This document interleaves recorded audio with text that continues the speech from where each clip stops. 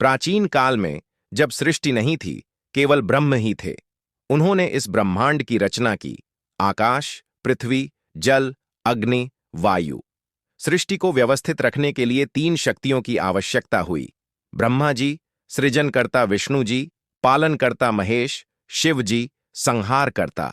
इन त्रिदेवों की सहायता से सृष्टि का संतुलन बना।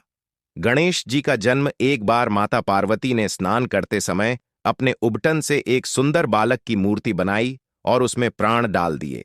उन्होंने उस बालक से कहा, जब तक मैं स्नान कर रही हूं, कोई अंदर न आए। उसी समय भगवान शिव लौटे और अंदर जाने लगे, पर बालक ने उन्हें रोक दिया। शिव जी को बहुत क्रोध आया और उन्होंने अपना त्रिशूल उठाकर बालक का सिर काट दिया। जब पार्वती बाहर आईं और यह दृश्य देखा तो वे विलाप करने लगीं। उनका रोदन इतना भयंकर था कि सृष्टि डगमगाने लगी। देवताओं ने शांत करने के लिए समाधान निकाला।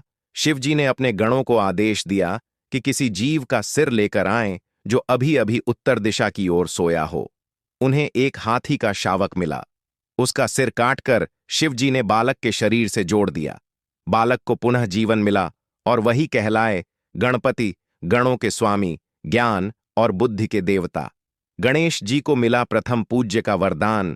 भगवान शिव ने गणेश जी को आशीर्वाद दिया, तुम्हारी पूजा सबसे पहले होगी। संसार का कोई भी शुभ कार्य तुम्हारे नाम के बिना शुरू नहीं होगा। तुम होगे विघ्नहर्ता, बाधाओं को दूर करने वाले। श्री गणेश और महाभारत का लेखन। एक बार आर्षि वेद व्यास ने महाभारत की रचना करने की सोची। उन्होंने गणेश जी से कहा, आप मेरी सहायता करें, मैं बोलूंगा, आप लिखिए। गणेश जी ने शर्त रखी, मैं तभी लिखूंगा जब लेखन बिना रुके चले। वेदव्यास जी ने भी कहा, तब आप तब तक न लिखें जब तक हर श्लोक का अर्थ समझ न लें। इस तरह दोनों ने मिलकर महाभारत की 1 करोड़ से अधिक पंक्तियां रचीं। गणेश जी ने लेखन के लिए अपनी एक दांत तोड़ दी, जिससे उन्हें कहा गया एक दंत। पृथ्वी की परिक्रमा, गणेश की बुद्धिमत्ता। एक बार गणेश और उनके भाई कार्तिकेय के बीच एक प्रतियोगिता हुई। जो पूरी पृथ्वी की सबसे पहले परिक्रमा करेगा वही श्रेष्ठ कहलाएगा। कार्तिकेय तुरंत अपने वाहन मोर पर सवार होकर निकल पड़े, पर गणेश जी ने अपने माता पिता शिव और पार्वती की 3 बार परिक्रमा की और कहा, मेरे लिए माता पिता ही संपूर्ण ब्रह्मांड हैं। देवताओं ने यह देखकर उनकी बुद्धिमत्ता की सराहना की और उन्हें श्रेष्ठ माना।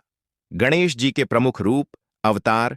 गणेश पुराण के अनुसार गणेश जी ने कई रूपों में अवतार लिया, जैसे वक्रतुंड, मत्सर, ईर्ष्या के नाशक एकदंत, मद का विनाशक महोदर, मोह का नाश गजानन, क्रोध का विनाशक और अन्य कुल 32 रूपों का उल्लेख होता है। हर रूप किसी न किसी आंतरिक विकार, काम, क्रोध, लोभ, मोह आदि के विनाश हेतु अवतरित हुआ। गणेश जी का संदेश और महत्व। हर कार्य की शुभ शुरुआत गणेश जी के नाम से होती है। वे केवल बुद्धि और ज्ञान के देवता ही नहीं, बल्कि कर्तव्य, विनम्रता और भक्ति के प्रतीक हैं। उनका रूप हमें सिखाता है, बड़ा सिर, बड़ा सोचो, छोटे नेत्र, ध्यान केंद्रित करो, बड़े कान, सबकी सुनो, मोटा पेट, सब सहन करो, एक दांत, जो जरूरी है उसे ही रखो, उपसंहार। श्री गणेश जो हर बाधा को हरते हैं, जो भक्तों की मनोकामना पूरी करते हैं, जो ज्ञान, विवेक और भक्ति के मार्गदर्शक हैं। वक्रतुंड महाकाय, सूर्य कोटि संप्रभ, निर्विघ्नं कुरु मे देव, सर्वकार्येषु सर्वदा।